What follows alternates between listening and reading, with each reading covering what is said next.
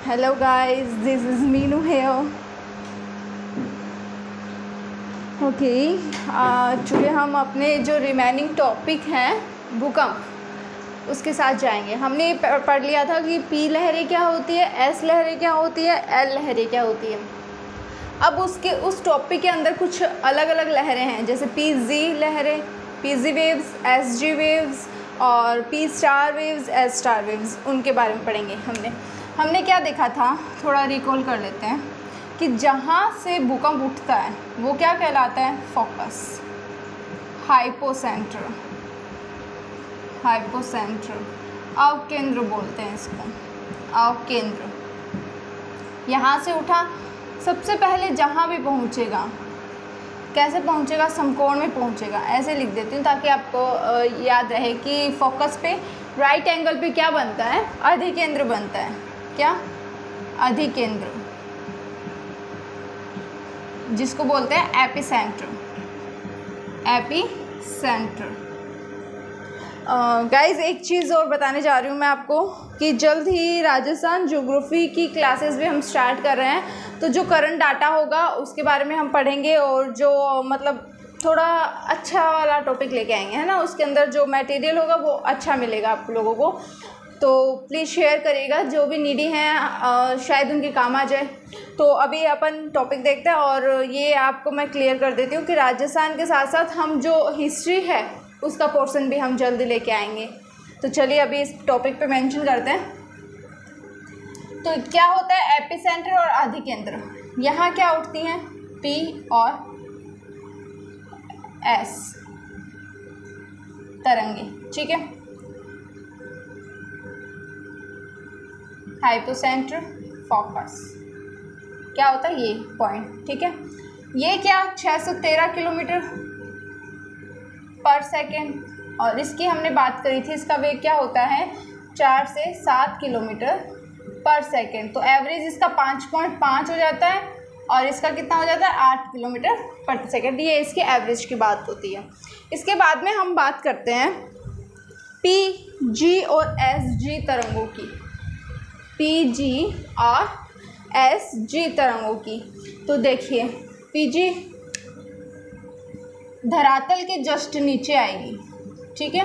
P G तरंगे कहाँ, धरातल के जस्ट नीचे। तो इनकी गहराई क्या हो जाएगी, गहराई कम होगी क्योंकि धरातल के क्या है जस्ट नीचे, सरफेस के क्या है जस्ट नीचे। और फिर हम इसकी बात करते हैं कि पीजी का वेव कहाँ कितना होगा और एसजी का वेव कितना होगा। तो पीजी का वेव होगा 5.4 और उसका कितना हो जाएगा 3.3, 5.4 और 3.3 किलोमीटर पर सेकेंड, किलोमीटर पर सेकेंड।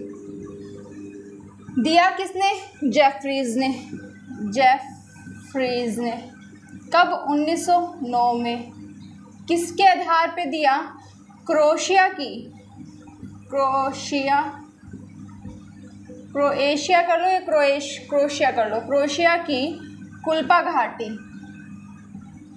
घाटी में भूकंप आया, उसके आधार पर किसने दी, पीजी और एसजी वेव्स किसने बताया, जेफरीज ने बताया, 1909 में बताया। और क्रोएशिया ही लिख लो, चलो।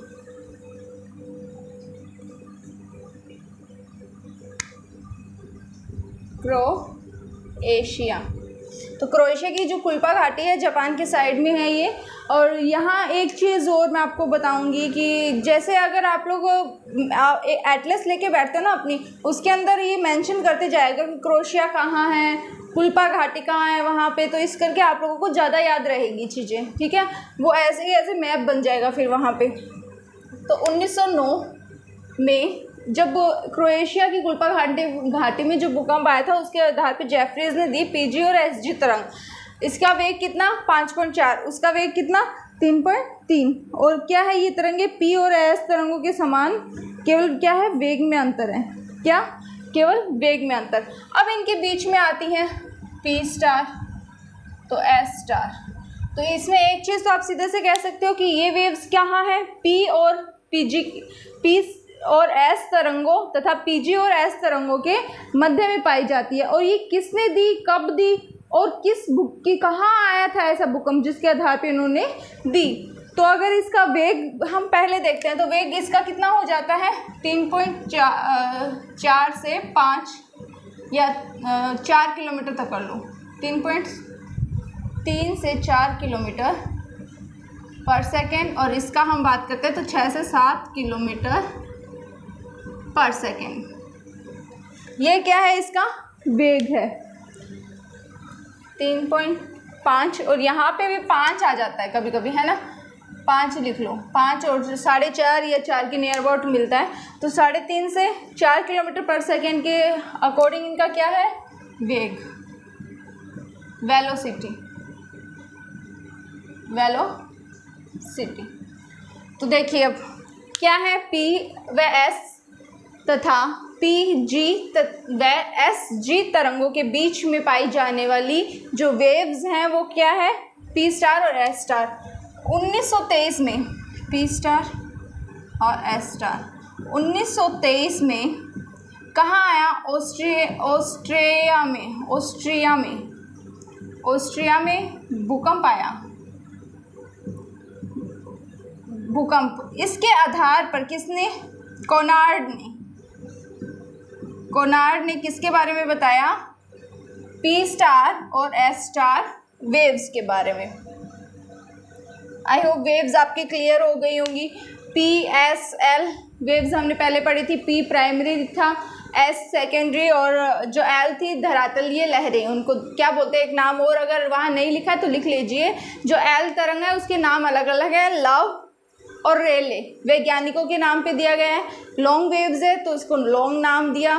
धरातल पे पहुंचने वाली है, मतलब धरातल पे पहुंच के उसका उद्भव होता है, तो वो कौन सी है, धरातलीय लहर है। और गौण लहर भी उसको बोला जाता है। और जो किसके समान है, एस तरंगों के समान है। तो अनुप्रस्थ और दोनों क्या है, प्रकाश तरंगों के समान बिहेव करती है। और ये ध्वनि तरंगों के समान, कौन, प्राइमरी। कैसी है, अनुदैर्ध्य है। कैसी है, अनुदैर्ध्य टाइप की। जल्दी से नोटिस कर लीजिए इन चीज़ों को, क्योंकि कुछ ज़्यादा बड़ा मेजर पोर्शन मैंने अभी यहाँ करवाया नहीं है, लेकिन इसके अंदर से ही बहुत अच्छे से क्वेश्चन बन सकते हैं। इसके बाद में हम बात करेंगे छाया क्षेत्र की। ये P waves, S waves, P star, S star, P G, S G, इससे आपको अच्छे से याद रह जाएगा। तो जल्दी से देख लीजिए। उसके बाद में हम देखते हैं कि छाया क्षेत्र क्या होता है।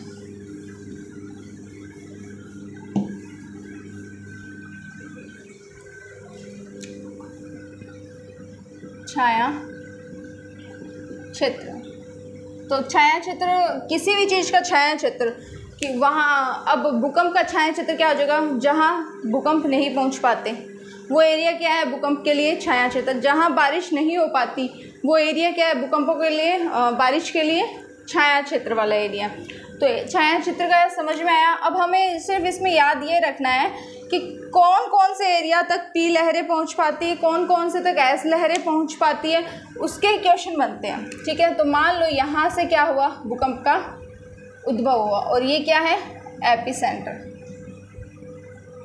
ये क्या है, एपी सेंटर। इसके बाद देखिए ये क्या है, अर्थ का सेंटर है ना, सेंटर हो गया क्या, कोई बात नहीं। ये यहाँ से ऐसे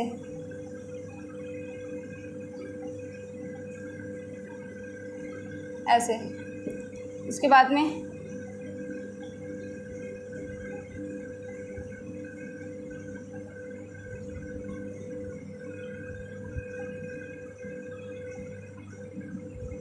एक 105 डिग्री, 105 डिग्री, 145 डिग्री, 145 डिग्री।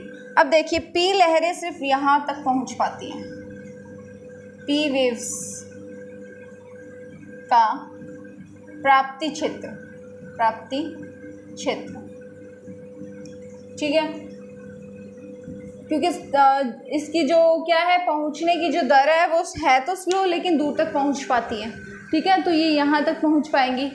और अगर हम देखें तो इनका छाया क्षेत्र क्या हो जाएगा, ये 105 से 145 की तरफ P का छाया क्षेत्र, P का छाया क्षेत्र यहाँ पे ये नहीं पहुँच पाती है और यहाँ पे P का छाया क्षेत्र। अब यहाँ से क्वेश्चन कैसे बनेंगे वो देखिए। अब यहाँ से यहाँ तक की बात करें तो यहाँ तक ये क्या है, S का छाया क्षेत्र। अब देखिए क्वेश्चन बनते हैं कि P का छाया क्षेत्र कहाँ है। तो P का छाया क्षेत्र आपको ऑप्शन में दे सकता है 103 से, ठीक है, 103 से 145 या 43, ऐसे ऑप्शन देगा कि P का छाया क्षेत्र, P का छाया क्षेत्र शैडो जोन, ठीक है। तो वो आपको ऑप्शन देगा 103 डिग्री से 143 डिग्री भी मिल सकता है, और क्या मिल सकता है 105 से 145। तो एनसीईआरटी के अकॉर्डिंग ये हमारा सही है। और वैसे अपर हायर स्टडी के अंदर जाते हैं तो हमें वो भी ऑप्शन मिलते हैं। अगर दोनों साथ में हो तो हमें इस पे टिक करना है क्योंकि हम एनसीईआरटी के साथ जा रहे हैं अभी, ठीक है। तो आपका क्या होगा, P का छाया क्षेत्र 105 से 145।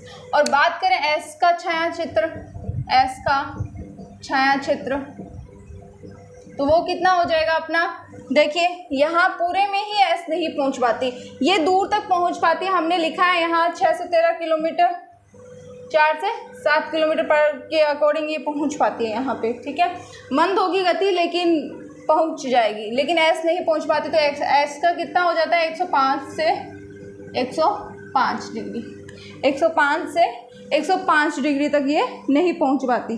और फिर हमसे पूछ लिया जाता है कि ऐसा कौन सा क्षेत्र जहाँ किसी भी भूकंपीय तरंगों की प्राप्ति नहीं होती, किसी भी भूकंपीय तरंगों की प्राप्ति नहीं होती। ऊपर दिख रहा है क्या, चलो नीचे लिख लेते हैं। फिर पूछा जाता है कि ऐसा क्षेत्र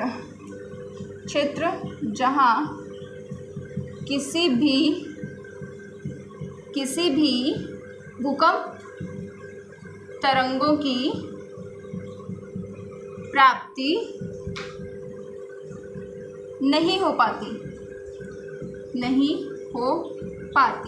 तो ऐसा कौन सा है, देखिए जब छाया क्षेत्र ये बन रहा है, यहाँ तो प्राप्ति होएगी भूकंप की, यहाँ तो भूकंपन होएगा, लेकिन यहाँ क्या है, छाया क्षेत्र है। यहाँ सेम क्या है 105 से 145 छाया क्षेत्र है। तो यहाँ क्या आ जाएगा आंसर 105 डिग्री से 145 डिग्री। सेम आंसर क्या है कि SP का छाया क्षेत्र क्या है 105 डिग्री से 145, 105 से 145 P का छाया क्षेत्र। और यहीं पे किसी भी तरह की जो तरंगे हैं भूकंप की वो नहीं आ पाती।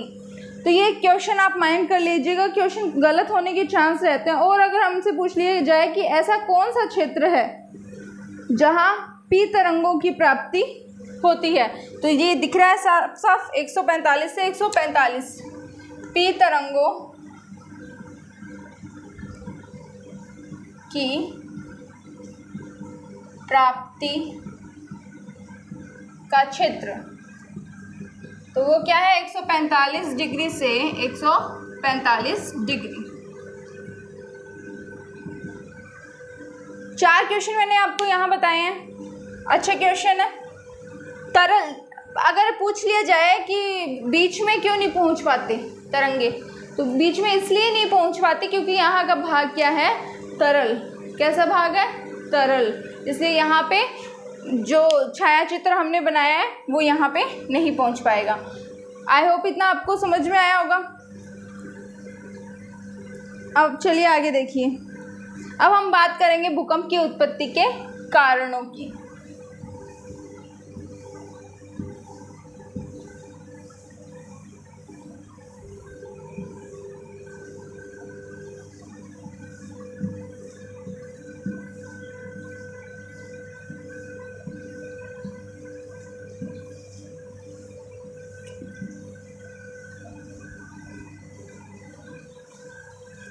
उत्पत्ति के कारण, भूकंपों की उत्पत्ति के कारण। तो ये दो तरीके के हो सकते हैं, एक तो क्या प्राकृतिक कारण और दूसरा हम मानव निर्मित कारण भी समझ सकते हैं। तो देखिए पहले हम सीधे ही बात करते हैं। क्या एक नंबर पे बात करें भ्रंशण, जो दरारें आती है भ्रंश आते हैं उनके कारण। दूसरे हम बात कर रहे हैं ज्वालामुखी, ज्वालामुखी, प्लेट विवर्तनिकी, विवर्तनिकी, समस्थिति, समस्थितिक,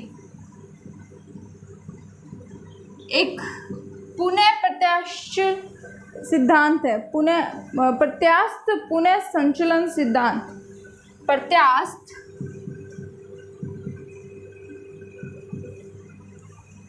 पुनः संचलन सिद्धांत इसके अंदर लिया जाता है। और मानव निर्मित हम लिख सकते हैं इसके अंदर। संकुचन भी होता है, एक संकुचन होगा तब भी क्या होंगी, प्लेटें एक दूसरे से पास आएंगी, टकराएंगी, तो संकुचन। मानव निर्मित, मानव निर्मित। अब देखिए भ्रंशण होगा, चट्टानें टूटेगी, टूटेगी दूर खिसकेगी, तो क्या होगा वहाँ पे कंपन होगा। वो कंपन क्या है, भूकंप।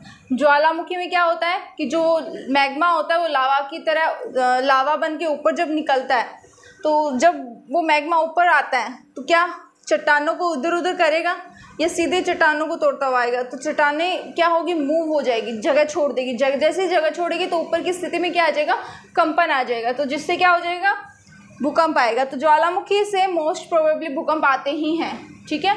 ज्वालामुखी मेन रीज़न है भूकंपों का। प्लेट विवर्तनिकी, प्लेटों के खिसकाव से आएगा ही भूकंप। समस्थितिकी, ठीक है। प्रत्यास्थ पुनः संचलन, हम इसकी बात करते हैं।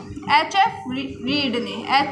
रीड ने दिया इसको, और इन्होंने क्या बताया कि चट्टानें कैसे बिहेव करती हैं। चट्टानें रबड़ की तरह बिहेव करती हैं, रबड़ की तरह बिहेव करती हैं। कैसे कि दबाव होता है इन पे, लेकिन एक निश्चित क्षमता होती है उसके दबाव सहन करने की। तो क्या हम दबाव सहन करने की निश्चित क्षमता होती है, क्षमता होती है, जिससे क्या होता है, अगर दबाव बढ़ता है तो चट्टानें क्या हो जाती हैं, टूट जाती हैं, ठीक है। और टूट कर वापस उसी सिचुएशन में आके वहाँ कंपन कर देती हैं, तो जिससे क्या आता है, भूकंप आता है। चट्टानें किसके, जो एच.एफ. ने रीड ने जो सिद्धांत दिया था प्रत्यास्थ पुनः संचलन, तो मतलब जो था वैसा ही पुनः संचलन हो गया उसका, कि रबड़ की तरह बिहेव करती है, ठीक है। इन पे एक निश्चित दबाव ये सहन कर सकते हैं, अगर एक्स्ट्रा में आप खींचोगे तो वो टूटेगा, और टूटने से क्या होता है, कंपन होता है, और वो वापस उसी सिचुएशन में आ जाती है। फिर संकुचन, ठीक है, सिकुड़ेगी चट्टानें, एक दूसरे की तरफ खींचेगी, तो उनके टकराव होगा, टकराव होने से क्या होगा, संकुचन होगा। मानव निर्मित में क्या, जैसे बांध बनाते हैं, बड़े बड़े विस्फोट होते हैं, ठीक है। जैसे अपन ने देखा है कि रेल वगैरह चलती है तो पटरियों के आसपास हम महसूस करते हैं कि कंपन हो रहा है, तो वो भी एक टाइप का क्या है, भूकंप ही है। जो खनन की प्रोसेस होती है, खदानों में जो काम होता है, तो वो भी, उससे भी क्या आता है, भूकंप आता है। तो ये तो क्या हो गए, भूकंप के कारण हो गए। भ्रंशण, ज्वालामुखी, प्लेट विवर्तनिकी, समस्थितिकी, प्रत्यास्थ पुनः संचलन, संकुचन, मानव निर्मित, बांध और विस्फोट, खनन। अब हम बात करेंगे कि कैसे, कहाँ आते हैं भूकंप, ठीक है। पहले प्रकार और देख लेते हैं, भूकंपों के प्रकार। यहाँ रब कर देते ना, भूकंपों के प्रकार। तो पहले हम देखेंगे उत्पत्ति के आधार पर। किसके आधार पर, उत्पत्ति के आधार पर। तो उत्पत्ति के आधार पर हम देखेंगे अब यहाँ पे प्राकृतिक और कृत्रिम भूकंपों के प्रकार। किसके आधार पर देख रहे हैं, उत्पत्ति के आधार पर। प्राकृतिक, तो प्राकृतिक में क्या क्या आ जाएगा, ज्वालामुखी, भ्रंशन, वो सब हम लिख सकते हैं इसके अंदर या लिखवा ही देते हैं, चलो लिखवा देते हैं ना।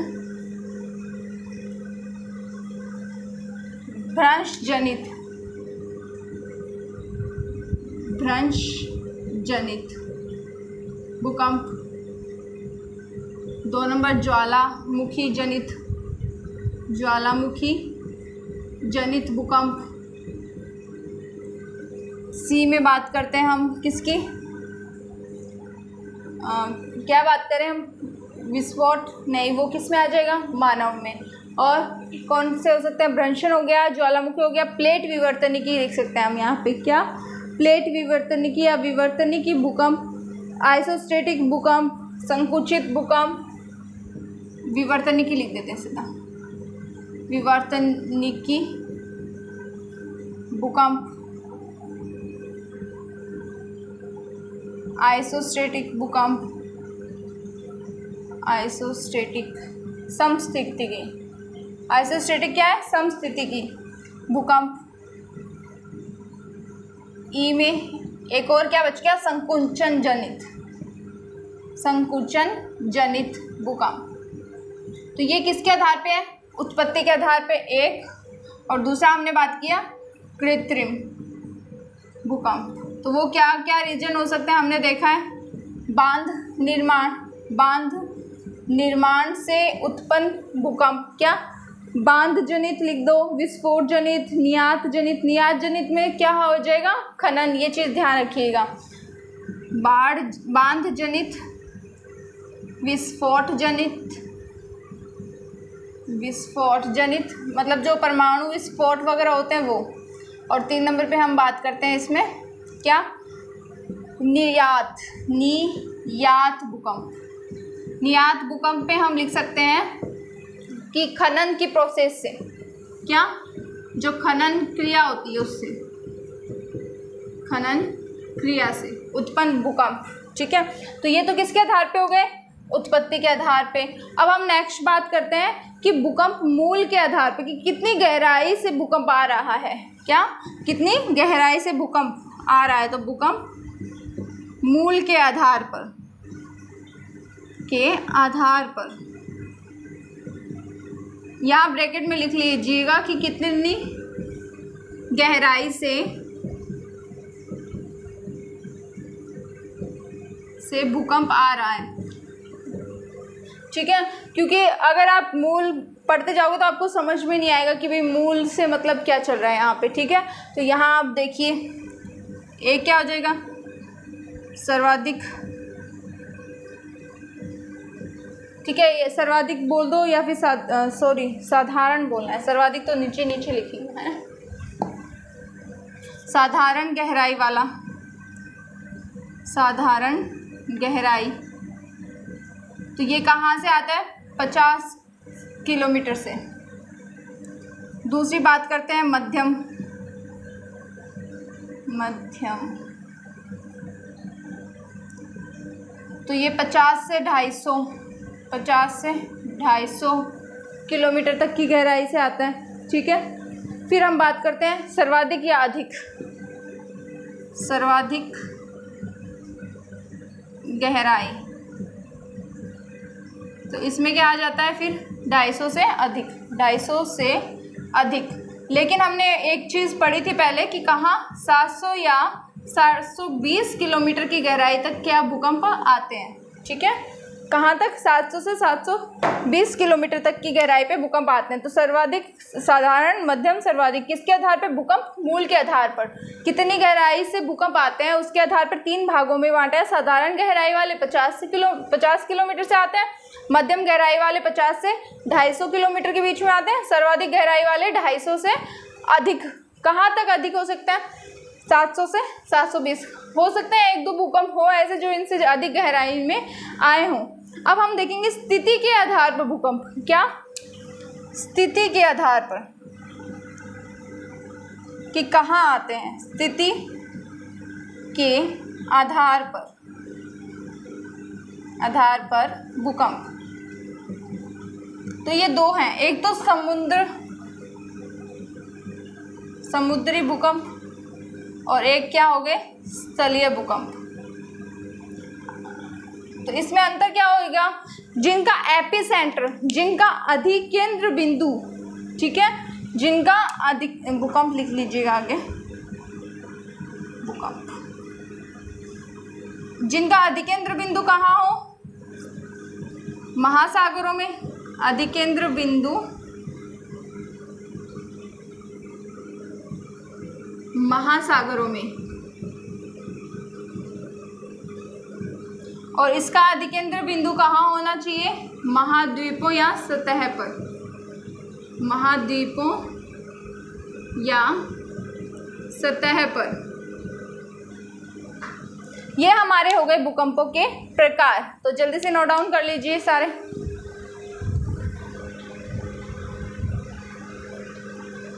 तीन आधार पे हमने बात की है, उत्पत्ति के आधार पर, भूकंप मूल के आधार पर और स्थिति के आधार पर। उत्पत्ति के आधार पर हमने दो भागों में बांटा, प्राकृतिक और कृत्रिम। कृत्रिम में मानव जनित जैसे बांध, विस्फोट और नियात। नियात में खनन क्रिया से संबंधित, भ्रंश, ज्वालामुखी, विवर्तनिकी, आइसोस्टेटिक समस्थिति के होता है, लिखना चाहो तो लिख लेना, संकुचन जनित। उसके बाद में बात करते हैं भूकंप मूल के आधार पर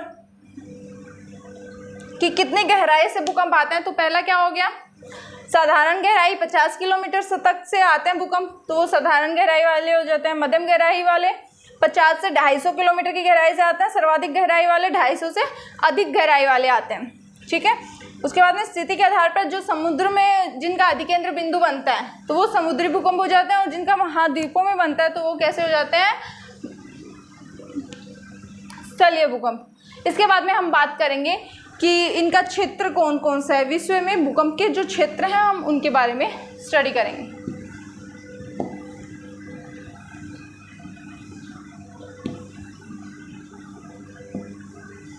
तीन क्षेत्र हैं, एक परिप्रशांत,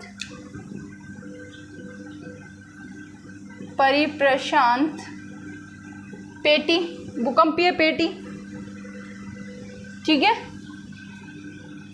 प्रशांत महासागरीय क्षेत्र। दूसरे की हम बात करते हैं मध्य अटलांटिक, क्या, मध्य महाद्वीपीय कर लेते पहले, मध्य महाद्वीपीय, और फिर अटलांटिक क्षेत्र, महाद्वीपीय क्षेत्र। जो बीच के ना भूमध्य रेखा से जो बीच के भाग है महाद्वीपों के, वहाँ की बात करेंगे इसमें।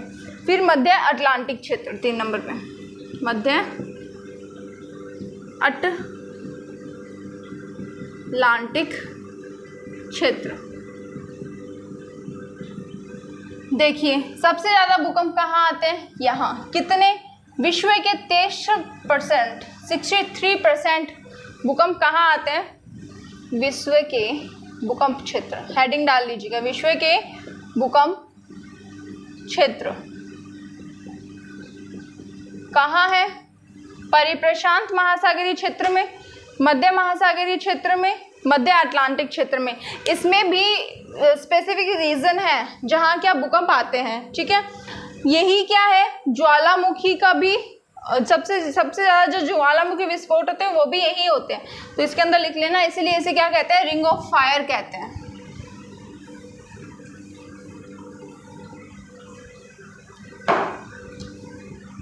इसमें क्या होता है, सर्वाधिक ज्वालामुखी विस्फोट, और इस कारण इसे क्या कहते हैं, रिंग ऑफ फायर। क्या कहते हैं इस क्षेत्र को, ring of fire, ring of fire कहते हैं। और तो यहाँ जो भूकंप होंगे वो किसके अकॉर्डिंग होंगे, किस सिचुएशन से होंगे, ज्वालामुखी जनित भूकंप आएंगे यहाँ पे। कितने परसेंट आते हैं, तो 63% आते हैं। अब इसकी 2 शाखाएं देखेंगे कि कहाँ कहाँ भूकंप आता है। पहले अगर हम बात करें तो जो उत्तर अमेरिका और दक्षिण अमेरिका का जो पश्चिमी तट है, ठीक है, कहाँ से कहाँ तक, दक्षिण में क्या हो जाएगा, चिली, और ऊपर उत्तरी अमेरिका में क्या हो जाएगा, अलास्का से चिली, ठीक है। फिर हम बात करते हैं इधर एशिया के साइड आते हैं। एशिया के जो पूर्वी भाग है कमचटका से न्यूजीलैंड तक इसकी श्रेणियां बनती हैं, ठीक है। उन क्षेत्रों में क्या आते हैं, ये भूकंप आते हैं। अलास्का कहाँ है, उत्तरी अमेरिका में। चिली कहाँ है, दक्षिणी अमेरिका में। SMAM, ठीक है, अमेरिका समझ आना, नॉर्थ अमेरिका। और ये कहाँ, जापान के इधर, ठीक है। तो ईस्ट एशिया, ये भी ईस्ट एशिया में ही है।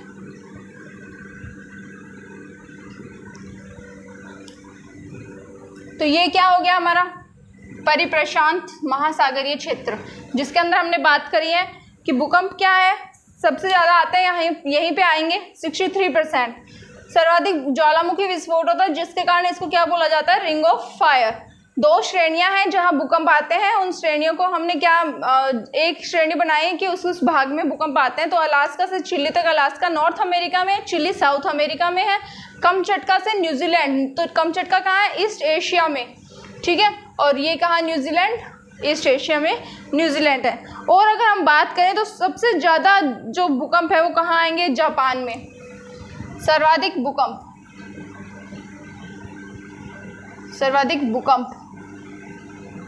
जापान में। और अगर बात करें ज्वालामुखी की तो वो कहाँ आएंगे, इंडोनेशिया में। ये चीज़ याद रखिएगा, कहीं ये सोच के कि हाँ जापान में भूकंप ज़्यादा आते हैं तो वो किस कारण है, ज्वालामुखी के कारण। तो ज्वालामुखी सबसे ज़्यादा वहीं आएंगे, नहीं, ज्वालामुखी सबसे ज़्यादा इंडोनेशिया में आते हैं। ये हमारा क्लियर हुआ क्या, परिप्रशांत महासागरीय क्षेत्र। एक चीज़ और ध्यान रखिएगा, प्लेटों के अभिसरण से यहाँ भूकंप आते हैं। किससे, प्लेटों के अभिसरण से। तो आपसे एक क्वेश्चन पूछा जा सकता है कि प्लेटों के अपसरण से किस क्षेत्र में भूकंप आता है। तीनों के नाम देके एक चौथा दे देगा, इनमें से कोई नहीं या यही सभी। तो किस में आएगा अपसरण से, इसके अंदर प्लेटों के अपसरण के कारण यहाँ भूकंप आएगा, ठीक है। अब बात करते हैं मध्य महाद्वीपीय पेटी, कितना 21% भूकंप आते हैं। कितना 21% यहाँ भूकंप आते हैं। और अगर इसकी बात करें तो कि कहाँ से कहाँ तक है, तो सीधी सी बात मैंने बताई आपको, जो भूमध्य है उसके बीच के जो भाग है महाद्वीपों के, वहाँ आएंगे। तो भूमध्य सागरीय पेटी भी कहा जाता है इसको। क्या कहा जाता है, भूमध्य सागरीय पेटी, ठीक है। ये इसके 2 नाम हो गए। क्यों, क्योंकि उस क्षेत्र में भूकंप आते हैं। फिर हम देखते हैं कि पुर्तगाल से लेके हिमालय तक और तिब्बत से दक्षिण पूर्वी द्वीपों तक स्थित है। क्या बोला मैंने, पुर्तगाल से हिमालय, इनकी सिचुएशन ध्यान रखिएगा। तिब्बत से दक्षिणी पूर्वी भाग में, दक्षिणी पूर्वी द्वीप समूह में क्या है, इनका विस्तार है। अगर हम भारत की बात करें तो भारत इसके अंदर ही आएगा। किसके अंदर, मध्य महाद्वीपीय क्षेत्र या भूमध्य सागरीय पेटी। भारत जो प्रायद्वीप है वो इसी के अंदर आएगा। तो और जो इसकी बात करेंगे, इसके अंदर कौन कौन से आ सकते हैं, तो इटली, चीन, एशिया माइनर, हिमालय, आल्प्स, ये सारे क्षेत्र की बात करें तो भारत, चीन, इटली, एशिया माइनर, हिमालय और आल्प्स। आल्प्स कहाँ है, यूरोप में। आल्प्स यूरोप में। तो ये क्षेत्र है भूकंप के, और इसमें से सबसे ज़्यादा कहाँ, हिमालय में भूकंप आते हैं। मध्य अटलांटिक क्षेत्र, और इसके अंदर कुछ नहीं, एक बाल्कन और लिख लीजिए, बाल्कन। और एक चीज़ और लिख लीजिए, किसके कारण आते हैं, कारण क्या है, प्लेटों का अभिसरण। तो ये देखिए, प्लेटों का अभिसरण, और ये क्या है, अपसरण। ये चीज़ समझ में आई आपको। ये चीज़ें हैं कि अपने जो टॉपिक दे रखा है अर्थक्वेक, उसके अंदर से पूछे जाएंगे, ठीक है। अपना टॉपिक है और अच्छे से ये चीज़ देख लीजिए। छोटा सा अगर फैक्चुअल सा हम देखें तो ये फैक्चुअल सा एक टॉपिक है जिसके अंदर ज़्यादा रिटर्न वाला नहीं है, सिर्फ समझने वाला है कि कहाँ कहाँ है। तो ये चीज़ आप लोग क्या करें, एटलस लें, उसमें जो पॉलिटिकल या राजनीतिक जो मैप है, ठीक है, वो निकालें या प्राकृतिक मैप निकालें, उसके अंदर आपको मिल जाएगा, है ना। ये जगह के नाम मिल जाएंगे। वहाँ से एक पेन लीजिए, उस कलर से क्या कर लीजिए, एक या तो स्टार बना लीजिए खुद का या फिर कोई और मार्क दे दीजिए, और वहाँ आपको फिर पता चल जाएगा कि ये मार्क मैंने भूकंप के लिए दिया था कि ये भूकंप आने का रीज़न है एक। इसके बाद बात करते हैं हम मध्य अटलांटिक क्षेत्र। तो ये अटलांटिक क्षेत्र कहाँ होगा, अटलांटिक महासागर में होगा, है ना। उसमें अगर हम बात करें तो स्पिट्सबर्जेन से लेके, ठीक है, स्पिट्सबर्जेन से लेकर ये क्षेत्र शुरू होता है। कहाँ से, स्पिट्सबर्जेन से बोवेट द्वीप तक, और एक शाखा इसकी नील नदी से शुरू होती है, नील नदी से अफ्रीका में। ये दो शाखाएं हैं किसकी, मध्य अटलांटिक क्षेत्र की, जहां भूकंप आते हैं। और यहाँ भूकंप क्या है, उत्पत्ति भी कम होती है और तीव्रता भी कम होती है। और अगर अफ्रीका की भी बात करें तो पूर्वी दक्षिणी भाग में, पूर्वी दक्षिणी भाग में।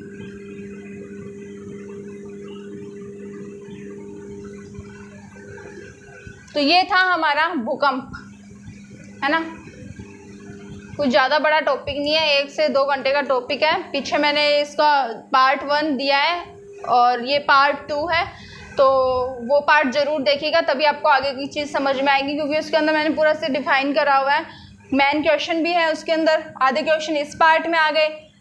तो हम देखते हैं आगे प्रभाव क्या क्या होते हैं। विनाशकारी प्रभाव होते हैं, जो मानव निर्मित जो भी चीज़ें हैं उनका क्या होती है, क्षति हो जाती है, जान मान की हानि होती है, और क्या होता है, तहस नहस हो जाता पूरा, है ना। भूकंप से कहीं कहीं जहाँ ज़्यादा भयानक भूकंप आते हैं, है ना। तो कौन सा क्षेत्र है जहाँ ज़्यादा भयानक भूकंप आते हैं, अगर इसमें देखें तो हिमालय में आते हैं, ठीक है, और यहाँ देखें तो जापान में।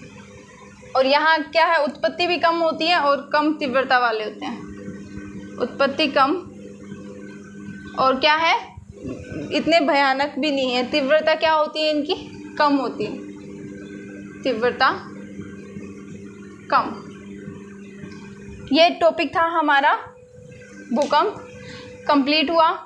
और अगर सही मायने में आप लोगों को तैयारी करनी है तो एटलस उठाइए, एक अपना पॉइंट बनाइए, उसको नाम दीजिए भूकंप, ऊपर उस एटलस के ऊपर लिख दीजिए कि ये मैंने भूकंप मार्क किया है यहाँ पे, ठीक है। तो उससे आपको जब भी ये उठाने की ज़रूरत नहीं पड़ेगी।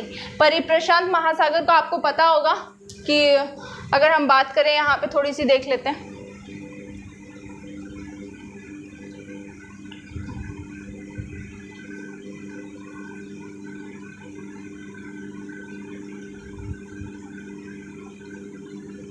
ऐसा सा करके है ना कुछ अमेरिका,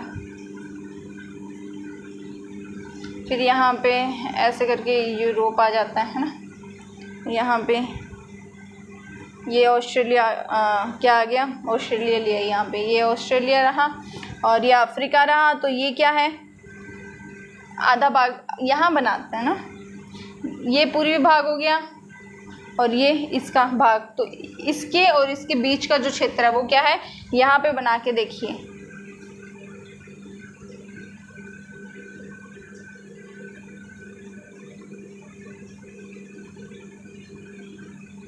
ऐसा सा है ना अमेरिका। तो ये क्षेत्र और ये क्षेत्र, इनके बीच का जो ये प्रशांत महासागरीय क्षेत्र, तो इसके परिप्रशांत महासागर, तो यहाँ भी भूकंप आता है, यहाँ भी भूकंप आता है। तो यहाँ बात करें तो अलास्का से लेके चिली तक, और यहाँ बात करें तो कमचटका से लेके न्यूजीलैंड तक। तो ये था हमारा भूकंप का क्षेत्र। मध्य महाद्वीपीय क्यों भूमध्य सागर के नियर अबाउट का जो महाद्वीप है वहाँ पे भूकंप आते हैं। तो ये वो है हमारे सारे महाद्वीपों के भूकंप। प्राय भारत कौन से भूकंप की श्रेणी में आता है, मध्य महाद्वीपीय क्षेत्र में, भूमध्य सागरीय पेटी। Okay guys, keep supporting me, bye.